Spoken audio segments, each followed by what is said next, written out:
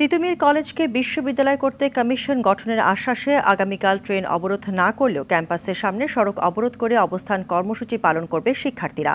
বন্ধ থাকবে কলেজের ক্লাস ও পরীক্ষা। দাবি আদায় না হলে চালিয়ে যাবে আন্দোলন। রাতে সচিবালয় থেকে ফিরে এমন ঘোষণা দেন শিক্ষার্থীরা। এদিকে দিনভর মহাখালীতে রেল ও সড়কপথ অবরোধে রাজধানীর সঙ্গে সারা দেশের রেল যোগাযোগ বন্ধসহ সড়কে তীব্র যানজটের সৃষ্টি হয়। চরম ভোগান্তিতে পড়েন যাত্রীরা। সুমন তানভীরকে সঙ্গে নিয়ে আরও জানাচ্ছেন এআর বাদল। সরকারের বলেন বিষ দেখ সব মাইরা ফেলান।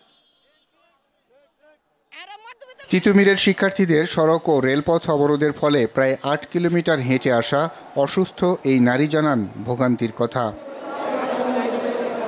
সকাল থেকে স্বতন্ত্র বিশ্ববিদ্যালয়ের এক দফা দাবিতে প্রথমে মিছিল, পরে মহাখালী রেলগেট সহ আশেপাশের সড়কে অবস্থান নেয় শিক্ষার্থীরা। সৃষ্টি হয় তীব্র যানজট। বিক্ষোভকারীদের রোষানলে পড়ে চলন্ত ট্রেন। এতে শিশুসহ বেশ কয়েকজন যাত্রী আহত হন।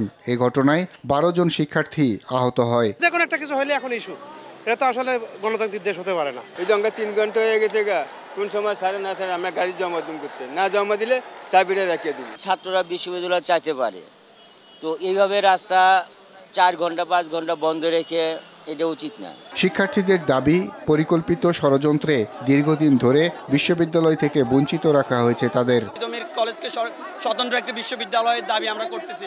আমাদের দাবি যতক্ষণ পর্যন্ত না আদায় না হবে ততক্ষণ পর্যন্ত আমরা রাজপথে থাকবো। আমরা চেয়ে আসছি আলোচনার মাধ্যমে যেন সেটা সমাধান হয়ে যায়, কিন্তু যেহেতু এটা হচ্ছে না, সেই জন্য কিন্তু আজকে আমাদের সবাই একত্রিত হয়ে ঐক্যবদ্ধ হয়ে আমরা মাঠে নেমেছি। ঢাকা ভার্সিটি যে বাণিজ্য শুরু করছে আমাদের ৭ কলেজকে নিয়ে, সেটা তো কখনো মেনে নেওয়া যায় না। রাতে শিক্ষার্থীরা জানায় সরকারের পক্ষ থেকে ইতিবাচক সিদ্ধান্ত নেওয়া হবে বলে আশ্বাস দেয়া হয়েছে। আমাদের সাথে বসবে, মূলা ঝোলাক অথবা যাই করুক, রাষ্ট্রের পক্ষ থেকে কিন্তু বসার সিদ্ধান্ত এসেছে। আমরা রাষ্ট্রপক্ষের সাথে আলোচনায় যাচ্ছি। যদি সেখানে পজিটিভ মেসেজ না আসে, মনে রাখবেন শুধুমাত্র রেলগেট নয়, আমরা আরো এক্সট্রিম হতে বাধ্য হব। তবে বাস্তবায়ন না হওয়া পর্যন্ত তারা আন্দোলন চালিয়ে যাওয়ার হুঁশিয়ারি দেয়। আমরা রেলপথ অবরোধ করছি না, আমরা মহাখালীতে অবস্থান নিচ্ছি না, তিতুমির ক্যাম্পাস গেটে অবস্থান নেব। এআর বাদল, RTV, ঢাকা।